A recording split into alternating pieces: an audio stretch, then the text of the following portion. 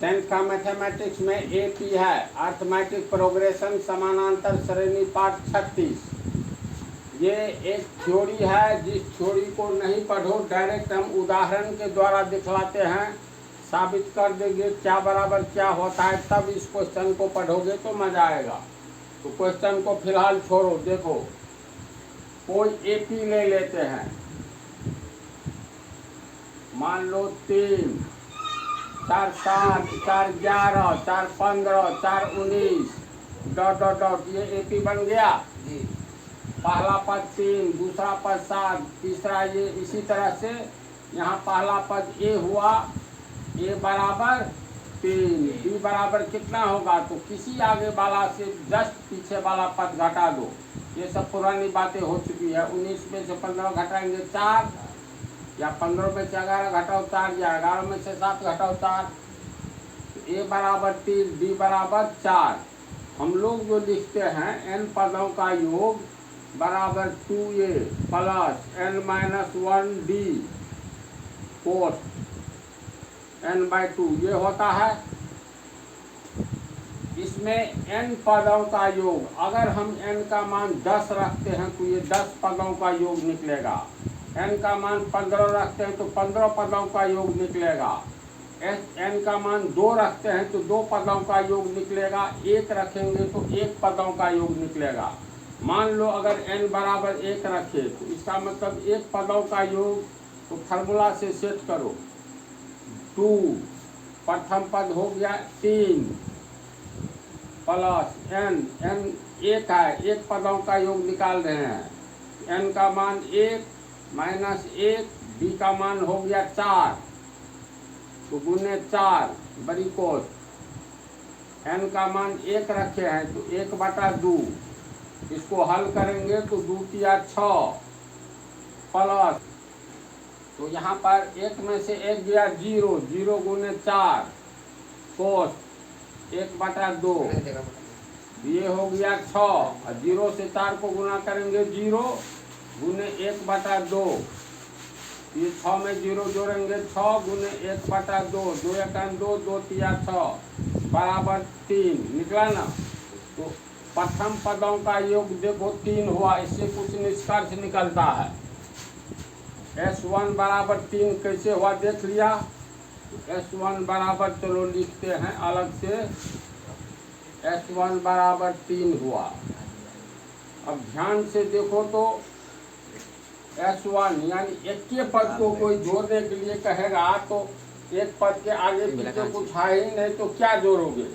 तो हम लोग फार्मूला के अनुसार एक पदों का योग 3, 3 का अर्थ हुआ Sn बराबर 3 क्या है, तो ये पहला पद है, तो S1 बराबर लिखेंगे पहला पद। n का मान 2 लेते हैं, 2 पदों का योग, तो फार्मूला से आओगे तो 2, a का मान हो गया पहला पद 3, n का मान 2 पद लिए हैं तो 2 में से 1 गया 1 होगा ना, गुने d का मान कितना है 4, 1 गुने 4, n का मान 2 है, 2 पद है तो 2/2, ये हो गया 2 तिया 6, 1 चौका 4, कट करके 1 हुआ, तो 6 4 10 हुआ, तो दूसरा पद कितना निकला 10, S2 बराबर 10। इसमें 10 कहीं नहीं है, खाली पहला पद जो निकलता है एक पदों का योग, वो पहला पद के बराबर हो गया। ध्यान से देखो, पहला पद 3 है, प्रथम पदों का योग ए निकला है, तो हम लोग लिख सकते हैं S1 बराबर 1, तो दूसरा पद 10 हुआ। अगर मान लो हम n का मान 3 लेते हैं तो 3 पदों का योग निकलेगा Sn, यानी n का मान 3 तो 3 पदों का योग 2, a का मान हो गया 3 प्लस n, 3 पद का योग लिए हैं तो 3 माइनस 1, b का मान हो गया 4 बड़ी कोस, n का मान हो गया 3 तो 3/2, ये हो गया 2 तिया 6, 3 में से 1 गया 2 गुने 4, 3/2, ये हो गया 6, 2 तो का 8 गुने 3/2, 6 8 14 गुने 3/2, 2 सत्ते 14, 7 गुने 3 बराबर 21, यानी 3 पदों का योग हो गया 21। हड़बड़ाओ नहीं, 4 पद तक निकालना है। अब n का मान अगर हम लोग 4 ले तो क्या रिजल्ट आता है? 4 पदों का योग, n का मान 4, 2, a का मान हो गया 3। फार्मूला में n का मान ले रहे हैं 4, a या d देखो दिया हुआ है, इसलिए मान भरते चलो। प्लस n का मान 4, तो 4 माइनस 1, d का मान हो गया 4 गुने 4, n का मान 4 बटा 2, तो 2 तिया 6, 4 में से 1 गया 3 गुने 4 कोस, ये 2 का 2, 2 दूनी 4 यानी 2, 6 जोड़ 3 चौका 12 कोस, ये हो गया 6 12 18 गुने 2 बराबर 36। 4 पदों का योग निकला 36।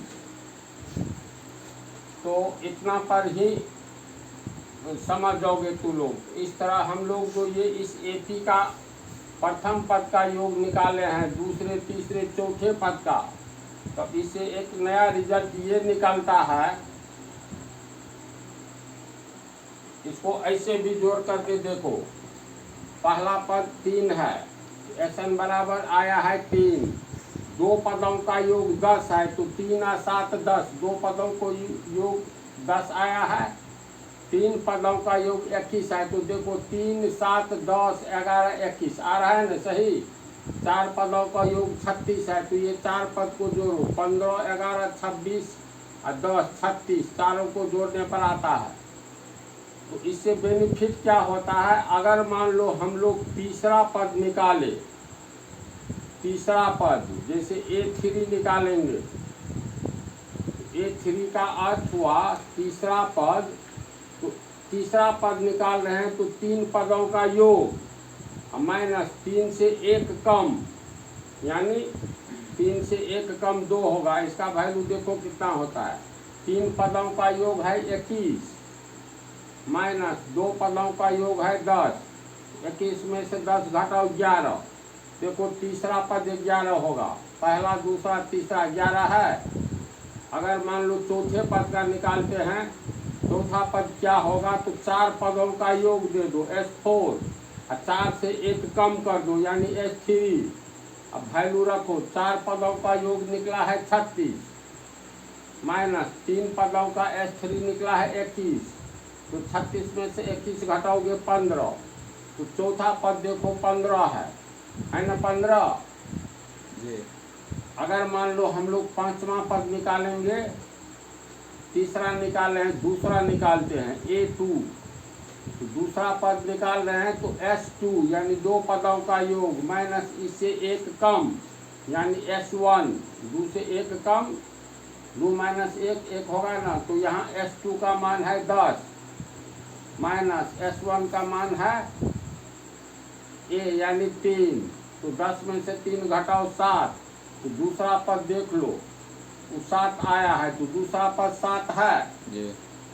इसका मतलब है जैसे यहाँ 5वां पद अब निकालना है, तो 5वां पद निकालना है तो 5 पदों का योग लिखो, इसमें से 1 कम कर दो यानी S4, 5 से 1 कम, 5 माइनस से 4 होगा, तो इसका मान हम लोगों को निकलेगा। तो 5वां पद कैसे निकालेंगे? जैसे ये 5वां पद है ना, तो चलो हम लोग 5 पदों का योग निकाल लेंगे, तो अंत में रिजल्ट ऐसे ही निकलेगा। 5वां पद निकालना हो तो S5 में से S4 घटाओ, तो रिजल्ट आ जाएगा। 5 पदों का योग निकाल लो और 1 कम यानी 4 पदों का योग घटा दो। इसी तरह मान लो A6 छठा पद निकालना है, तो 6 पदों का योग S6, और इसमें से कितने पदों का योग घटाएंगे? तो 6 में से 1 घटाओ 5। समझ रहे बात को? मान लो हम लोग nवां पद निकालेंगे, तो n पदों का योग, इसमें से घटाएंगे क्या? तो n पद से पहले कौन सा पद होता है? n minus 1, n minus 1। तो ये फाइनली ये एक फार्मूला हो गया। कैसे हुआ? इतना उदाहरण से समझ गया ना तू लोग? तो ये जो फार्मूला हुआ, तो इस फार्मूला को हम लोग कैसे ये पढ़ेंगे? एनवा पद, ये एनवा पद है तो एनवा पद बराबर ये क्या है? एन पदों का योग। तो एन पदों का योग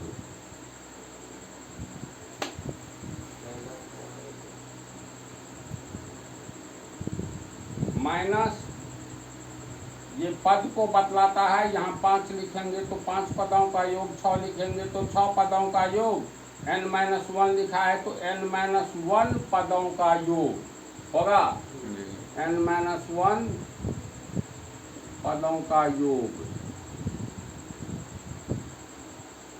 अब इसको जो तू लोग पढ़ो ठीक से, एनवा पद निकालना है तो एन पदों का योग में से क्या घटाएंगे? एन से ठीक पहले n-1वां पद होगा। एन का मान अगर 20 है तो 20वां पद निकालेंगे तो 20 पदों का योग, n-1, n 20 माने है तो 20-1 n 19 पदों का योग घटेगा। इसका मतलब है n का मान 100 लेंगे, 100वां पद कितना होगा? तो 100 पदों का योग में से घटाएंगे 100-1 यानी 99 पदों का योग, है ना ऐसी बात। अब देखो क्या लिखा हुआ है, किसी एपी का एनवा पद, किसी एपी का एनवा पद उसके प्रथम n पदों के योग, प्रथम n पदों का योग। तो किसी एपी का एनवा पद प्रथम n पदों का योग यह है, और प्रथम n-1 पदों के योग के अंतर के बराबर होता है। यानी nवां पद होगा n पदों का योग, इसमें से किसका अंतर घटाएंगे? तो n से पहले n-1वां पदों का योग घटा देंगे। यही पंक्ति में लिखा हुआ है, किसी एपी का nवां पद क्या होगा? तो nवां पद होगा तुमको किसी भी एपी का nवां पद, n पदों का योग, n पदों के योग और प्रथम n-1 पदों के योग के अंतर के बराबर होता है। nवां पद देखो तो n पदों का योग माइनस n-1 यानी n पद से पहले जो होगा उस पदों तक का योग घटा देंगे तो nवां पद मिल जाएगा। अब इस पर कोई भी सेटिंग तुम लोग कर सकते हो, जैसे देख लो एपी सामने में दिया हुआ है ना। अब हम लोगों को निकालना है n का मान, कुछ भी रखेंगे nवां पद, चलो n का मान 50 रखते हैं तो 50वां पद क्या होगा? n पदों का योग, n का मान यहाँ 50 रखिए, इसका मतलब 50 पदों का योग लिखाएगा S50 माइनस n-1, n का मान 50 रखे हैं तो 50-1 पदों का योग। इसको लिखेंगे S50 50 पदों का योग माइनस 50 में से 1 गया 49, तो 49 पदों का योग होगा।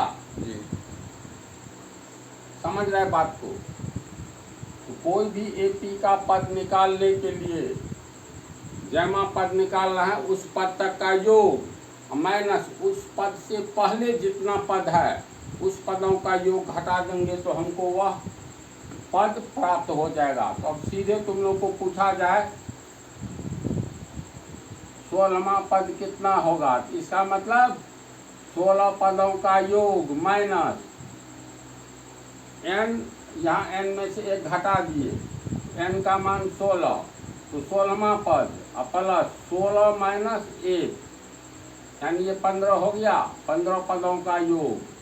यानी किसी एपी का 16वां पद निकालेंगे तो 16 पदों तक का योग माइनस 16 से 1 कम 15, तो 15 पदों तक का योग। तो निष्कर्ष के रूप में ये तुमको फार्मूला हो गया। n का मान कुछ भी रख सकते हैं, तो यहाँ भी रखेंगे, यहाँ भी रखेंगे। इस फार्मूला को समझ गया तुम लोग, ये हो गया तुम लोग का फार्मूला। जो आगे वाला अब हिसाब इसी पर बनेगा। तो बोलो तो इसको उदाहरण के द्वारा समझ गया ना अच्छी तरह? तो इसके बाद वाला पार्ट में इस पर आधारित हिसाब है।